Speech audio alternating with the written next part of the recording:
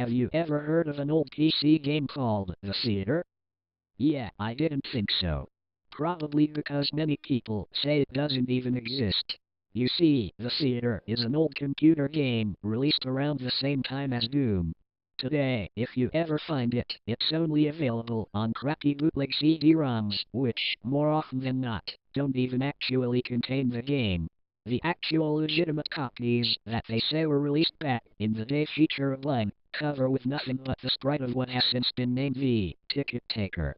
He is simply a poorly drawn, pixelated Caucasian, bald man with large red lips wearing a red vest over a white shirt and black pants. He is completely emotionless, though some say that if you smash the disc, his face is shown as angry the next time you look at the cover. But this is just dismissed as an urban myth.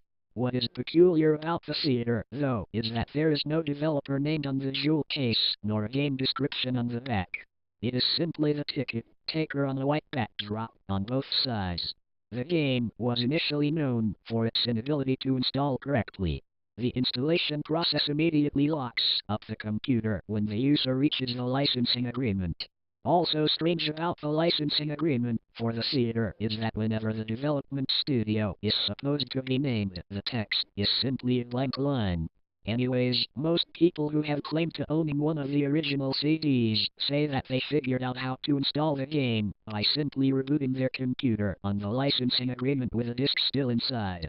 Then they are prompted to press I agree on startup. Then they continue with the installation. The game then starts up without any introduction besides a main menu that is simply the sprite of a movie theater's exterior on an empty city street. The title fades in and then the three menu buttons. New game, load, and opens. Selecting options immediately crashes the game to the desktop. Load is said not to function at all. Even if you do have a saved game, nothing happens when you press it. Thus, New Game is the only working menu option. Once it is selected, you are in the first-person view. You are standing in an empty movie theater lobby, with the exception of the ticket taker standing in front of a dark hallway, which one can only assume leads to the theaters themselves. There's nothing to do but look at the poorly drawn, mostly illegible movie posters or approach the ticket taker. Once the player moves towards the ticket taker, a very low-quality sound clip plays saying, "Thank you, please enjoy the movie," along with a speech box saying the same thing. You then walk into the hallway and the screen fades to black and you're back in the empty lobby and you do the exact thing again and again. While this may sound like a really horrible game, a number of peculiar things occur as you continue to play it. The number of times that you have to continue into the hall after giving your ticket to the ticket taker before the strange events happen is unknown. Most state that it's completely random and could take anywhere from the first playthrough to the 400th. What happens, though, has deeply disturbed some players. The first occurrence is when the player fades back in after walking into the hallway. This time they will notice the ticket taker is completely absent. The player then, without any other options, decides to walk into the dark hallway. The sound clip and text box mentioned previously still play in the absence of the ticket taker, but when the player walks into the hallway, the screen does not fade out. It goes pitch black as they walk deeper into the hall, but the player's footstep sound clip is still playing as they continue to push the up button on their keyboard. Those claiming to have played the original game report to have felt extremely uncomfortable walking down the hallway, anticipating the whole way something horrible happening.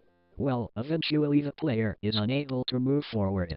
There is nothing for a few moments before a strange sprite that is described as the ticket taker but with a swirl for a face appears and stands before the player.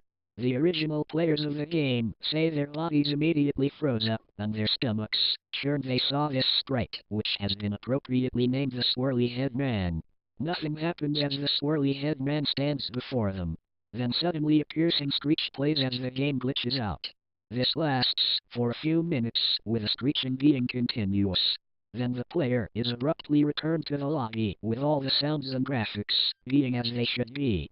The game continues normally for the next couple of cycles of entering the hallway, with a couple of the original players claiming the Swirly Head Man would briefly appear and disappear in the corner of the screen as a brisk yelp sound effect plays.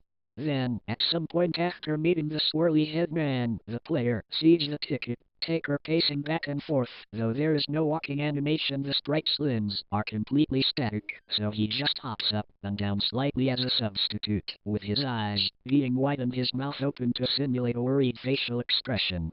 Some players noted that the movie posters had been replaced with images of the swirly head man, which caused them to immediately turn their character's head away from the posters and approach the ticket taker. Then another, different, low-quality sound clip plays, but the speech box contains nothing but corrupted characters that cause whatever text that would have been in the box to be completely illegible.